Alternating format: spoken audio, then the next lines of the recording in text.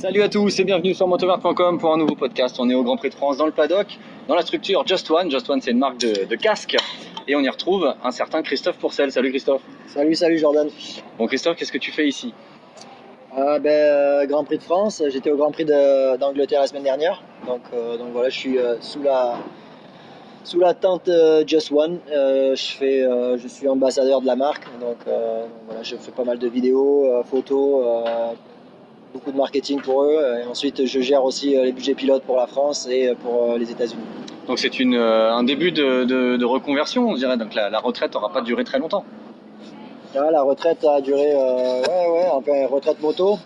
Donc voilà, après, beaucoup de projets en cours.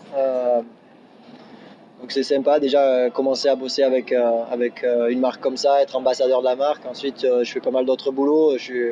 Je rédige des articles pour des magazines italiens. Donc ça, c'est comme tu disais, c'est un nouveau challenge après la carrière moto. Donc voilà, je mets un peu les pieds partout pour voir ce que j'aime et ce que j'aime pas. Et après, faire un petit peu le tri et avancer, quoi. Mais je me fais plaisir. Donc il y a pas mal d'anciens pilotes qui deviennent ambassadeurs des marques. On pense à Jeff Emig chez Husqvarna, McGrath chez Kawasaki, Villopoto chez Yamaha.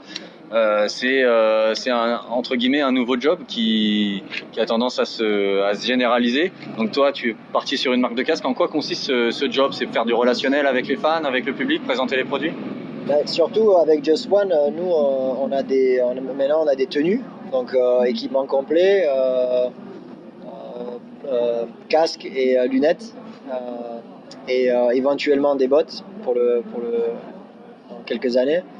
Donc déjà c'est une marque assez solide parce qu'on a quand même on est une marque un peu comme Fox maintenant, donc voilà, ça monte en puissance. L'année prochaine on aura le Grand Prix de Chine.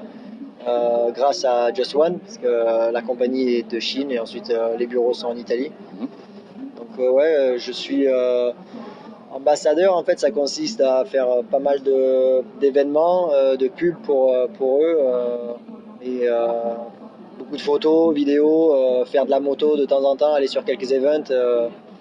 C'est un boulot assez fun, mais il faut passer beaucoup de temps avec les fans, beaucoup de relationnel. Donc c'est un boulot qu'on n'avait pas le temps avant, donc c'est quand même, ça demande beaucoup de temps, mais après si tu le fais parce que tu aimes bien, c'est top, quoi.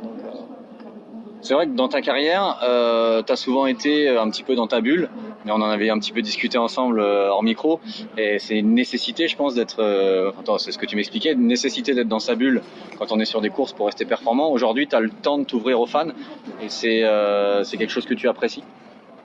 C'est ça en fait, c'est vraiment compliqué de s'ouvrir aux fans et voir tout le monde pendant un week-end parce qu'on est tellement demandé, et le boulot c'est de rouler, de faire le job, de faire des bons résultats.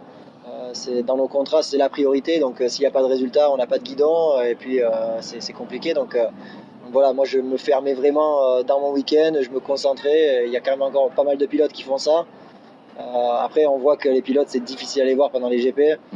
Ils sont tous dans leur camping-car ou dans les camions. Ils sont vraiment concentrés sur la course. Aujourd'hui, je fais vraiment beaucoup de relationnel avec tout le monde. Je vois du monde, ça me fait plaisir, ça fait plaisir à tout le monde. Mais je pourrais pas faire ça et rouler en même temps. C'est juste pas possible.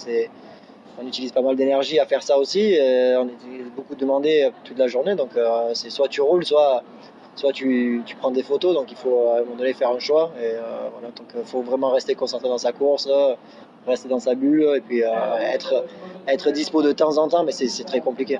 Ce côté relationnel, il a pris une dimension énorme aujourd'hui avec les réseaux sociaux. Toi, à l'époque où tu as été champion du monde et où tu étais vraiment au top de ta carrière en mondial, c'était pas encore aussi développé que ça. Aujourd'hui, pilote, c'est un métier qui a beaucoup de facettes, dont celle-ci. Ça devient compliqué aujourd'hui avec tous les moyens de communication qu'il y a. Ouais, c'est ça. C'est vraiment les réseaux sociaux en ligne. Maintenant, c'est dans les contrats, donc au plus tu as de followers, au mieux c'est. Après, ça fait pas mal de pubs et c'est de la pub gratuite, donc les sponsors n'ont pas besoin de dépenser des sous dans des pubs ou dans des magazines, etc. Les gens les suivent et ça vend des produits. Donc voilà, à mon époque, il n'y avait pas ça, pas trop. Maintenant, il y a ça, donc Justement, pareil, c'est quelque chose que tu préfères du coup de ne pas avoir eu à t'occuper de ça. Je pense qu'à mon époque, j'étais pas prêt pour faire ça. Après, je pense que les nouveaux pilotes, quand je parle à des jeunes qui font 85 ou 125, c'est naturel pour eux, ils sont adaptés, ils savent qu'ils ont leur téléphone pas loin, ils prennent des vidéos, tu peux un peu tout suivre. Je pense que nous, on est un peu perdus. Donc voilà, c'est vraiment important maintenant de faire. Donc là, on te retrouve sur un paddock de GP, tu revois beaucoup de têtes que tu as côtoyées, que tu as connues.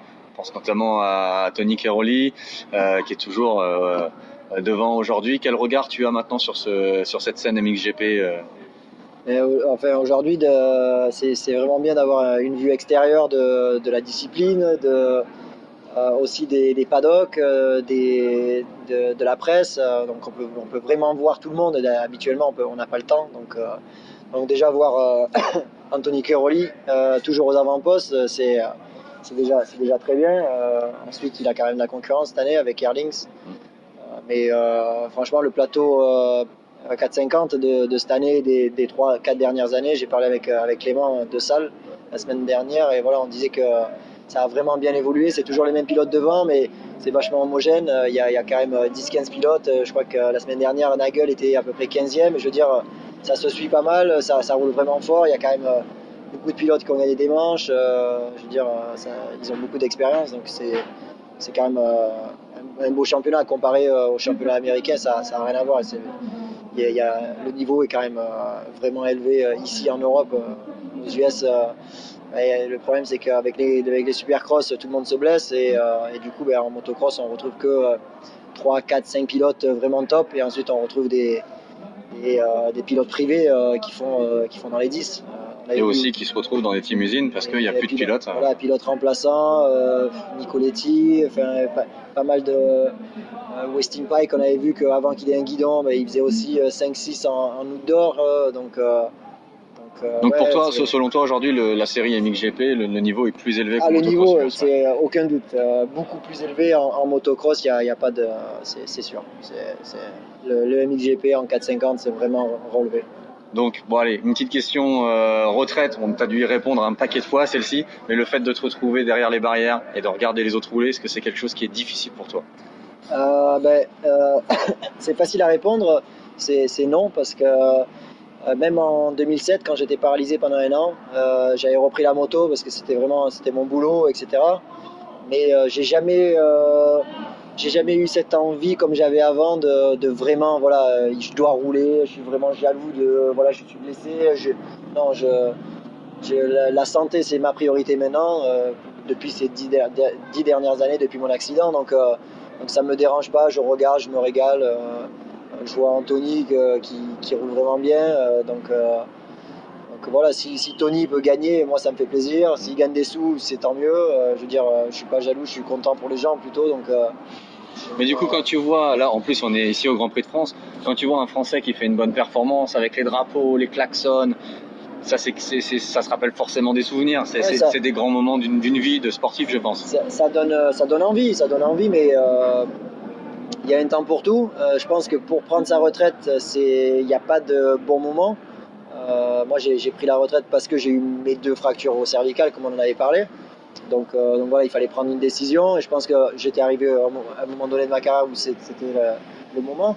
Mais après, on peut toujours continuer, on peut toujours gagner des sous, on peut toujours rouler en Grand Prix. Je veux dire, il y a quand même tu peux aller jusqu'à 30, 35 ans, je veux dire, assez facilement. Un Grand Prix, c'est que du motocross, mais il faut essayer de tourner la page et ensuite soit travailler dans la moto. Enfin, on a tout sacrifié pour travailler dans la moto. On a eu des blessures assez lourdes, donc essayer de rester un peu dans le milieu en se faisant plaisir. C'est quand même là maintenant, être ambassadeur de la marque et tout, je veux dire, c'est quand même un super job, quoi. Donc est-ce que du coup, en tant que pilote et avec la carrière que tu as eue, sans rentrer dans les détails, mais tu as dû amasser quand même un certain pécule qui te permettrait peut-être de ne pas travailler pourquoi tu continues, pourquoi cette volonté de continuer à être présent dans le milieu? Ben,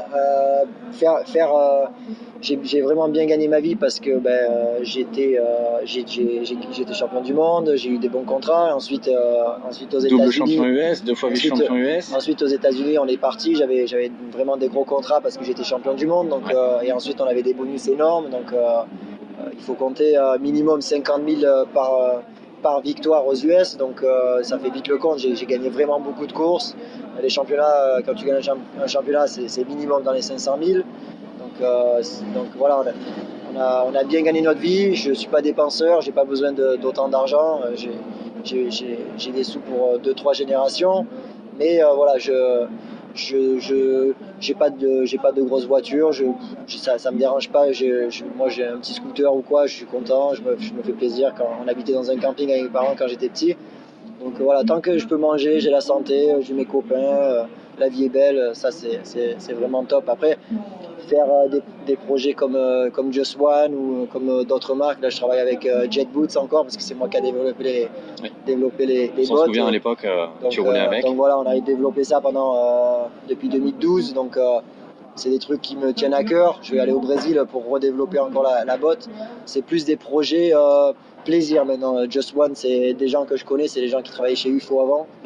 Donc voilà, après si ça me plaît pas, j'arrête, mais là c'est vraiment pour le fun, quoi. J'adore faire ce que je fais et je peux choisir exactement le boulot que je fais. Et par exemple, même rédiger les articles pour Motocross Mag en Italie, je les fais en anglais. Ça me prend 2-3 jours à faire parce que je dois faire les MXGP et les US, mais c'est super intéressant. Ça me fait réécrire en anglais, bien réfléchir. Et voilà, ça me prend pas tellement de temps que ça me prend juste 2-3 jours. Mais c'est quelque chose de nouveau.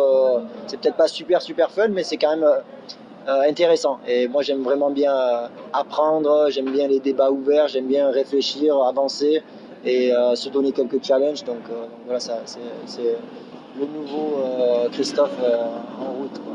Donc tu as 29 ans, C'est ça. tu as passé 25 ans de ta vie quasiment sur une moto. Est-ce qu'aujourd'hui tu ressens toujours cette même passion? Pour la moto, Ouais, pour la moto. Pour la moto, oui, je suis toujours là aujourd'hui. Je veux dire, Oui, bah. comme j'ai dit, j'ai tout sacrifié. J'ai tous mes potes qui font de la moto. Tous mes mécanos d'entraînement, ils sont chefs mécanos aujourd'hui. Je connais, pardon, je connais tous les teams. Je veux dire, on est vraiment bien accueillis. J'ai quand même fait beaucoup d'années en Grand Prix. J'ai beaucoup de copains, donc ça fait quand même chaud au cœur. La moto, c'est notre passion. Faire des randos avec les copains, ou même des randos moto verte, ou des randos. Je veux dire, c'est notre vie, donc ça va pas. Tu ne te vois pas vivre sans moto, tout couper un jour Bah, je pense pas que c'est possible quand tu as été autant dans la moto depuis tout petit. Même si tu essayes de faire un break, à un moment donné, tu y retournes toujours. Donc voilà, moi je suis pas tous les week-ends dans la moto, mais je veux dire, ma vie tourne carrément autour de ça. Il faut pas se voler la face. Et tu suis toujours, j'imagine, avec autant d'attention les résultats, que ce soit aux États-Unis, en Grand Prix. Est-ce que tu suis peut-être aussi un peu les jeunes? Quel regard tu as sur le sport? C'est quelque chose qui t'intéresse toujours autant? Ouais, au-delà de la pratique ou au-delà de la moto? Ça m'intéresse beaucoup plus qu'avant. Donc, je peux regarder un peu les US, je peux regarder un peu comment ça se passe les GP. Franchement, l'organisation des GP a vraiment évolué avec les skybox, les VIP, les pit lanes. Je veux dire, quand tu vas avoir un motocross aux US, les pit lanes, je veux dire. C'est vrai que le motocross aux US, alors c'est vrai que c'est très joli d'un point de vue télé, mais quand on est sur place, il y a beaucoup moins d'infrastructures qu'ici en MXGP. Beaucoup moins ou pas du tout. À part le vrai point positif qu'ils ont, c'est le Alpine Star Medical Oui. Center ou Truck, parce qu'ils ont des chirurgiens sur la piste. Ça, c'est le numéro 1. Après, il y a rien. C'est un point sur lequel le MXGP peut progresser selon toi. Je pense. Je ne suis pas au courant exactement de comment ils ont évolué. Je sais qu'il me semble qu'il y a un camion parce qu'ils sont. Il y a un camion avec un scanner. Voilà. Après, il y a un scanner, mais s'il n'y a pas de docteur ou de chirurgien, je ne sais pas exactement comment ils sont organisés aujourd'hui. Mais par contre, ça, ouais, voilà, c'est vraiment important parce que on fait un sport un peu dangereux. Donc voilà, ça serait vraiment top s'ils avaient ça. Je ne le sais pas.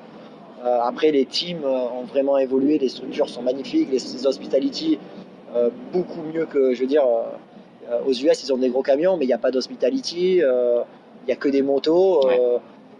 C'est pas avenant, À la accueillant. limite, en supercross, ça ressemble plus à ce qu'on retrouve ici avec le Party in the Pit, c'est pas mal de stands. Voilà, un petit peu, mais là on parle de motocross, donc Ouais. voilà, les structures motocross ici c'est énorme comparé à là-bas, il y a vraiment, c'est ridicule quoi, il n'y a pas de pit lane, il n'y a pas de, allez-y les gars, c'est bien organisé, hein, mais voilà, là ce qu'ils ont ici c'est vraiment énorme. Est-ce que tu as le temps de t'intéresser à un autre sport? Est-ce que tu t'es ouvert à d'autres choses? Je sais pas, quel que soit le sport, que ce soit le football, le basket, le ping-pong, le baby-foot, j'en sais rien. Non, pas trop. Non, j'aime un peu tous les sports. On pratique un peu de tout, tennis, etc. Mais vu que je rédige pas mal d'articles pour le magazine italien, je suis obligé de vraiment suivre les courses et suivre la moto. Je suis MotoGP, un peu Formule 1, un peu, mais tout ce qui est sport mécanique, quoi, généralement. Ok, écoute, merci beaucoup Christophe pour ce petit quart d'heure en ta compagnie. On espère pourquoi pas te voir dans rédacteur chez Motovert ou essayeur chez Motovert. Hein. Il n'y a pas de raison qu'on laisse Christophe penser aux Italiens. Ouais, pourquoi pas. On verra peut-être sur des tests Motovert à essayer des nouvelles motos ou quoi. Tu étais déjà venu sur un test Motovert. C'est ça, ouais, j'étais venu, j'avais vraiment bien aimé, donc c'est cool. Et petite anecdote, j'ai gagné au baby-foot contre Jordan. Donc, on prendra la revanche pour le prochain podcast. Allez, c'est parti. Merci Christophe. À bientôt. Ciao.